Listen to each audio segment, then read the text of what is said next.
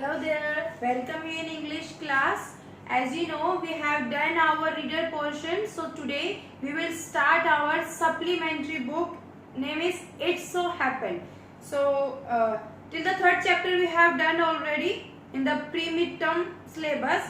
Now for the midterm syllabus we will start with chapter 4. So our today's topic is chapter 4. The name of the chapter is The Treasure Within. Means हमारे अंदर छुपा खजाना. Okay, so now before you read, every child is a potential achiever and is different from other children in her or his style of learning and area of interest. प्रत्येक बच्चा जो होता है वो अपने आप में अलग होता है दूसरे से. उसकी पोटेंशियल जो होती है, उसकी जो एनर्जी लेवल जो होता है, उसकी सोचने की जो ट्रिक्स जो होती हैं, सोचने की जो क्षमता होती है वो बिल्कुल अलग होती है एक दूसरे बच्चे से. और उसका जो इंटरेस्ट होता है, उसका जो एरिया ऑफ इंटरेस्ट होता है हर बच्चे का वो भी अलग अलग होता है. Read the interview that follows. It is based on a conversation between Miss Bella Raja, editor of Sparsh, a newsletter from the Resource Center, The Valley School, Bangalore, and Mr. Hafiz, contractor, one of India's leading architects. So, ये जो chapter है ये दो लोगों के बीच की conversation है. एक है एडिटर जो है mister Bela Raja and second one है इंडिया के लीडिंग आर्किटेक्ट, बहुत ही famous architect mister Hafiz, contractor. Okay, now with the scene first. Here some points are given. First point is Hafiz contractor was an unhappy schoolboy. जो Hafiz contractor थे वो अपने school time में ज्यादा खुश नहीं थे. He loved doing things but detest mechanical learning. वो उन्हें चीजें करना अच्छा लगता था, मतलब एक तरीके से प्रैंक्स वगैरह करना उनको बहुत पसंद था. बट डिटेस्ट मैकेनिकल लर्निंग, लेकिन वो बहुत ज्यादा नफरत करते थे मैकेनिकल लर्निंग के. Mathematics gave him the शिवर्स. जो मैथमेटिक्स थी उनको उसको देखकर तो उनको फीवर आ जाता. Here shivers means fever. What his principal once said to him influenced him deeply. एक बार जो उनके प्रिंसिपल ने उनको ऐसा क्या कहा कि जिनसे कि वो उनके ऊपर इतना इफेक्ट पड़ा. So this is the story points. Now we will start our story. HC, here HC means Hafiz contractor and BR means Bella Raja. Hafiz contractor. I used to have this terrible nightmare. Only now, over the last 4 to 5 years, it seems to have disappeared. मुझे बहुत लंबे समय तक एक बुरा सपना. Here nightmare means terrible मतलब डरावना and nightmare means एक ड्रीम, जो एक बहुत ही डरावना सपना आता था. Only now, अब जाकर over the last 4 to 5 years, लगभग 4-5 सालों से, पिछले 4-5 सालों से it seems to have disappeared, कि अब वो गायब हुआ है. मतलब मुझे काफी टाइम तक एक ही सपना कंटिन्यू आता रहा, लेकिन अभी कुछ पिछले 4-5 साल से ही मुझे वो सपना आना जो है बंद हुआ है. Now the Bella Raja, what nightmare are you talking about and why do you think it has disappeared now? आप कौन से, मतलब ये कन्वर्सेशन चल रही है हाफिज कॉन्ट्रैक्टर और बेला राजा के बीच में. बेला राजा जो है हाफिज कॉन्ट्रैक्टर का इंटरव्यू ले रहे हैं. तो अब बेला राजा ने इनसे क्वेश्चन किया कि आप कैसे सपने की बात कर रहे हो और आपको ऐसा क्यों लगता है कि अब जो है वो आपको जो सपना जो है वो गायब हो चुका है.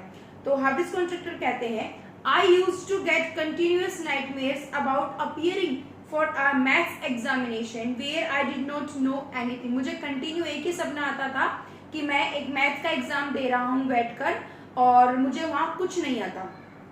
Now the psych must have gotten over it. I don't have to think about education and there is absolutely no time to get nightmares. Now the psych, अब जो है मतलब जो मेंटलिटी है वो must have Gotan over, complete पूरी हो चुकी है. दैट कि मतलब अब वो उसके बारे में नाइटमेयर के बारे में नहीं सोचते. I don't have to think about education, मुझे अब एजुकेशन के बारे में नहीं सोचना पड़ता. And there is absolutely no time to get nightmares, और अब मेरे पास बिल्कुल भी समय भी नहीं है उन बुरे सपनों के लिए. Now the Bella Raja, tell us something about your earliest memories in school. तो वो हाफिज कॉन्ट्रैक्टर को बोलते हैं कि आप अपनी जो पुरानी जो आपकी यादें हैं स्कूल से जुड़ी हुई उनके बारे में हमें कुछ बताइए. तो now the Hafiz contractor, in the first and second year, means in the first and second standard I was a good student. मतलब जो हाफिज कॉन्ट्रैक्टर थे वो फर्स्ट और सेकंड स्टैंडर्ड तक बहुत अच्छे थे पढ़ाई में. After I reach the third standard, और वो जब थर्ड स्टैंडर्ड के अंदर पहुंचे, I simply lost interest and never studied. तो उनका जो इंटरेस्ट था, वो क्या कह रहे हैं कि मेरा जो इंटरेस्ट था वो बिल्कुल खत्म हो गया पढ़ाई से, एंड मैंने उसके बाद कभी पढ़ाई नहीं की. I use to be interested in games, running around, playing jokes and pranks on others. अब पढ़ाई में मन नहीं लगता था, किसमें मन लगता था? उनका इंटरेस्ट किसमें था? गेम्स के अंदर, इधर उधर घूमने के अंदर, जोक्स, प्लेइंग जोक्स के अंदर, प्रैंक्स मतलब दूसरों के साथ मजाक करना. I would copy in class during exam times. वो प्रोबेबली क्या करते थे? पास होने के लिए कॉपी करते थे, चीटिंग करते थे. Means I would try to get hold of the examination paper that had been prepared and study it. वो क्या करते थे, वो क्या कह रहे हैं कि मैं कोशिश करता था कि किसी तरीके से एग्जाम जो है रुक जाए और मैं उस टाइम के अंदर मैं प्रिपेयर कर पाऊं. As I could not remember things that had been taught to me in class. ऐसा क्योंकि मुझे जो क्लास में जो भी कुछ पढ़ाया जाता था टीचर के थ्रू, वो मुझे बहुत लंबे समय तक याद नहीं रहता था. However, later one sentence spoken to me by my principal changed my life. लेकिन उसके बावजूद मेरे प्रिंसिपल के द्वारा, उसके बाद में जो मुझे प्रिंसिपल के द्वारा एक सेंटेंस कहा गया, उस सेंटेंस ने मेरी पूरी लाइफ बदल दी. When I approached my 11th standard, जब मैं अपनी 11th क्लास में पहुंचा, the principal called me and said, तो प्रिंसिपल ने मुझे बुलाया था और मुझसे कहा, look here son, I have been seeing you from one day. देखो बच्चे, मैं तुम्हें शुरू वाले दिन से, मतलब स्टार्टिंग डे से देख रहा हूँ. You are a good student, तुम एक अच्छे विद्यार्थी हो, बट यू नेवर स्टडी, लेकिन तुम पढ़ाई नहीं करते हो. I have taken care of you till today, हमने आज तक तुम्हारी देखभाल की है, आज तक तुम्हारी केयर की है. Now I can no longer take care of you, so you do it yourself. तो अब आगे हम तुम्हारी केयर नहीं कर सकते और अब तुमको खुद से ही करना होगा. He talked to me for 5 minutes. उन्होंने लगभग मुझसे 5 मिनट बात की थी. You don't have your father. तुम हाफिज कॉन्ट्रैक्टर से उनके प्रिंसिपल कह रहे हैं कि you don't have your father. तुम्हारे पिताजी नहीं हैं. Your mother has worked so hard to bring you up and paid all your fees all these years. But you have only played games. तुम्हारी जो माता जी हैं वो बहुत ज़्यादा हार्डवर्क करती हैं, बहुत ज़्यादा कड़ी मेहनत करती हैं तुम्हें पालने के लिए, तुम्हारा पालन पोषण करने के लिए और तुम्हारे स्कूल की फीस भरने के लिए. उन्होंने अब तक पूरे सालों की फीस कंटिन्यू दी है. But you have only played games, लेकिन तुम पढ़ाई करने के बजाय क्या करते हो? सिर्फ गेम खेलते हो. Now you should rise to the occasion and study. अब तुम्हें बड़ा होना है, मतलब अब तुम बड़े हो गए हो तो तुम्हें चीज़ें समझनी होंगी और तुमको पढ़ाई करनी चाहिए. I used to be a very good sportsman. मैं जो था स्पोर्ट्स में बहुत अच्छा था. I had been the senior champion. मैं अपने स्कूल में एक सीनियर चैंपियन था for so many years और बहुत लंबे समय तक रहा. And I also was the cricket captain. और मैं अपनी स्कूल की क्रिकेट टीम का कैप्टन भी था. I used to play every games. मैं लगभग सभी गेम्स खेलता था. But that year I did not step out onto the field. लेकिन उस साल मैंने फील्ड के ऊपर कदम तक नहीं रखा. किस साल? जब वो 11th स्टैंडर्ड में पहुंचे थे, जब प्रिंसिपल ने उनसे बुलाकर बात की थी, ये उस ईयर की बात कर रहे हैं. I would go for prayers and all I would do was eat and study. मैं सिर्फ प्रेयर के लिए जाता था और खाने के लिए जाता था और बस अपने बैठ के पढ़ाई करता था. I normally used to copy and pass. मैं ज्यादातर कॉपी करता था और कॉपी करके पास होता था. But I realise that once I was in SSC. here SSC means senior secondary. आप जब 12th में पहुंचते हो उसको बोलते हैं सीनियर सेकेंडरी. तो वो क्या कह रहे हैं कि मैं अब तक जो कर रहा था उसमें नॉर्मली मैं कॉपी करता था और कॉपी करके पास हो जाता था. लेकिन जब मैं सीनियर सेकेंडरी यानी कि 12th में पहुंचा तो मुझे रियलाइज हुआ I could not do that. मैंने वो सब नहीं किया, मतलब उसने चीटिंग नहीं की क्योंकि उसने मेहनत की थी तो उसको कॉपी करने की जरूरत नहीं पड़ी. When I got a second class, यानी कि उन्हें सेकेंड डिवीजन आया था, 50% मार्क्स थे. इन माई SSC माई प्रिंसिपल सेड. तो उनके प्रिंसिपल ने उनको बुला के फिर से उनसे कहा, son consider yourself as having got a distinction. अपने आप को देखो एज कि तुमको डिस्टिंक्शन लगी है. This is my memory of my school days. तो ये थी मेरी यादें मेरे स्कूल से जुड़ी हुई. I did lots of other things. मैंने इसके अलावा भी बहुत सारी चीजें की. See, as far as my things are concerned, जैसे जैसे करके कि जो मतलब चीजें थी मेरी समझ में आती थी, उनका मैटर जो था, किसी चीज के पीछे क्या रीजन है, उनके पीछे क्या चीजें छुपी हुई है, आई कांट रिमेम्बर, वो मुझे याद नहीं रहता था. मीन्स द कॉन्सेप्ट जो था वो मुझे याद नहीं रहता था. I forget things very easily. मैं बहुत आसानी से चीजें भूल जाता था. To remember I have to see things as a photograph. तो चीजों को याद रखने के लिए मुझे एक फोटोग्राफ के रूप में उनको देखना पड़ता था. I read a book and I can remember the matter as a photograph. तो जब मैं कोई बुक पढ़ता था तो मैं उसको एक फोटोग्राफ के रूप में उसको याद कर रखता था. But not through my mind. लेकिन मैं उसको अपने दिमाग से नहीं पढ़ता था. That is how it works. तो ये था जिस तरीके से मैं काम करता था, ये काम करता था. नाउ द बेला राजा. When you were in school and you were doing badly, did the teachers pull you up and how did you feel. अब बेला राजा हाफिज से क्वेश्चन पुटअप कर रहे हैं कि जब आप स्कूल में थे और आपका जो प्रेजेंटेशन था, आपका जो प्रदर्शन था वो बहुत गंदा चल रहा था, बैड चल रहा था.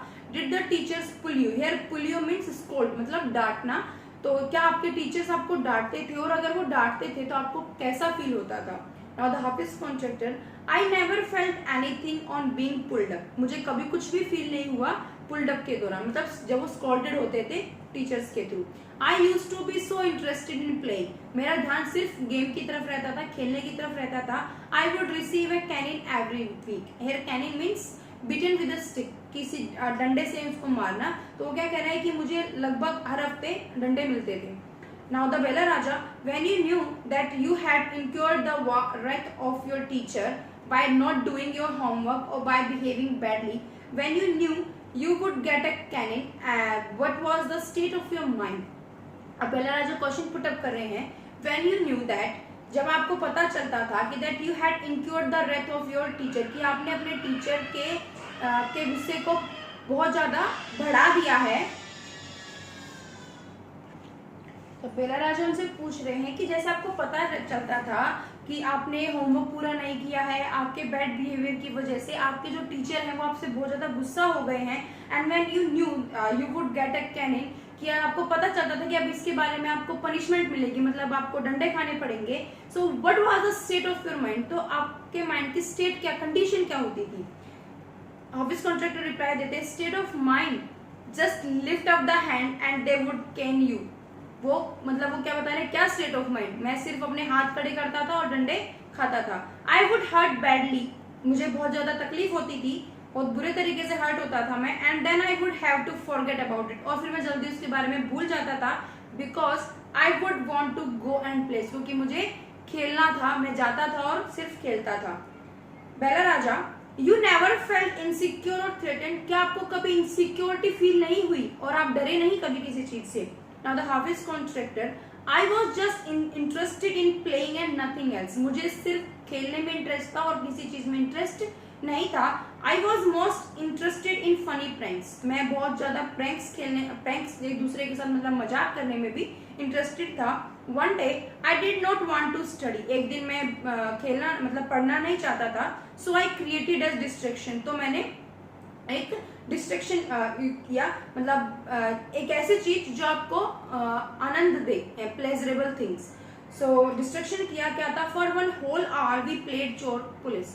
तो पूरे 1 घंटे के लिए हम चोर पुलिस खेले. Every Saturday we were allowed to go into town to see a movie. हर सैटरडे को हमें अलाउ होता था कि हम टाउन में जाते थे और मूवी देखते थे. So what I would do was have no lunch and collect money from 40-50 students. सो हम सब ने क्या किया, टिकट्स के लिए पैसे कलेक्ट किए 40-50 स्टूडेंट्स से समथिंग मिलके. And run and by the tickets. और हम दौड़े दौड़े गए, हमने टिकट्स खरीदी. ऑन माई वे बैक, जब हम वापस लौट रहे थे, I would eat to my heart's content. Here eat to my heart's contents means पेट भरकर खाना, मतलब जितनी इच्छा हो उतना खाना. सो वापस लौटते टाइम मेरी जितनी इच्छा थी मैंने उतना खाया. I use to be the leader of a gang. मैं गैंग का लीडर रहता था. We would have gang fights and plan strategies. तो हम क्या करते थे, एक दूसरे के साथ फाइट्स भी करते थे, मतलब दूसरे गैंग के साथ में, और अपनी योजनाएं भी बनाते थे, स्ट्रेटजीज भी बनाते थे.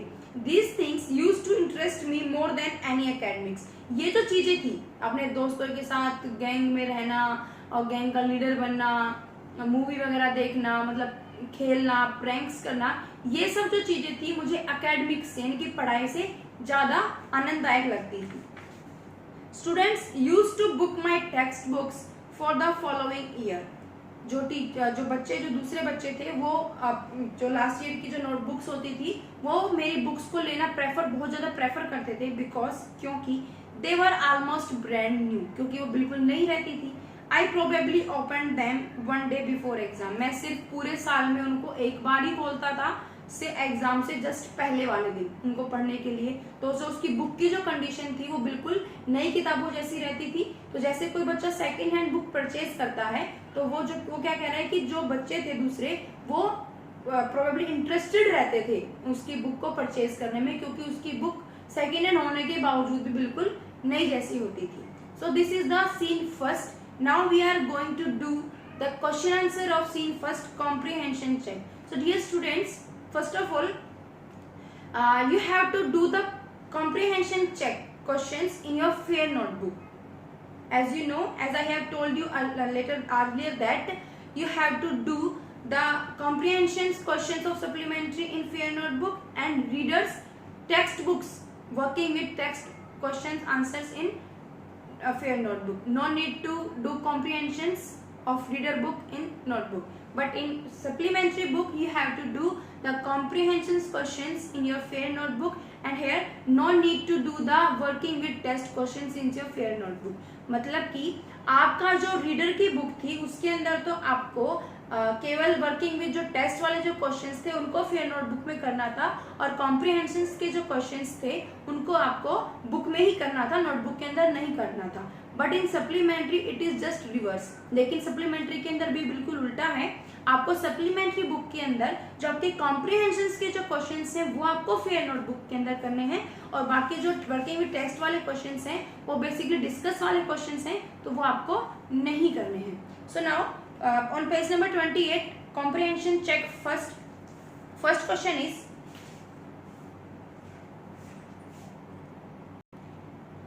so now the first question of your comprehension book is what did Hafiz contractor have nightmares about।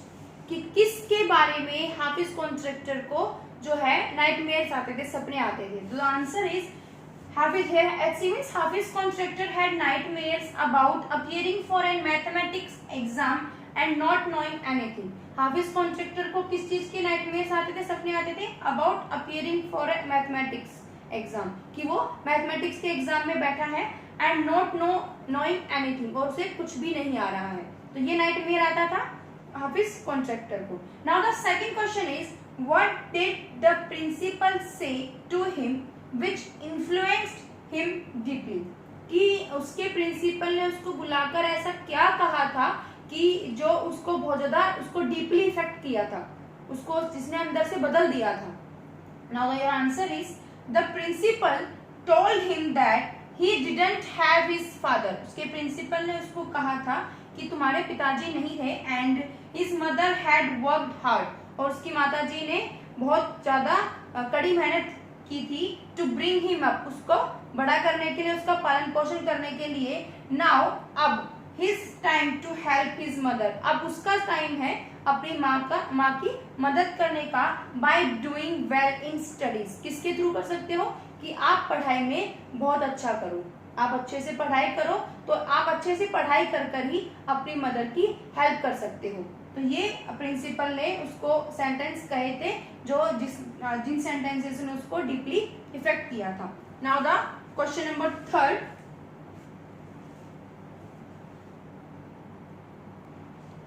So now the question number third is that year I did not step out onto the field. What was he busy doing that year?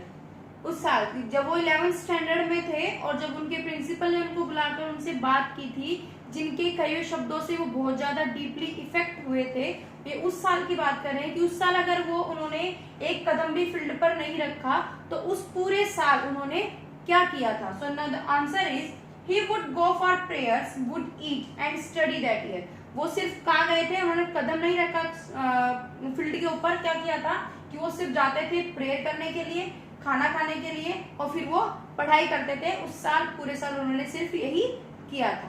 Okay, now the next question number 4. Here in question number 4 we have two parts. So the first part is what distraction did Hafiz contractor create one day, कि एक दिन हाफिज contractor ने क्या distraction create किया था.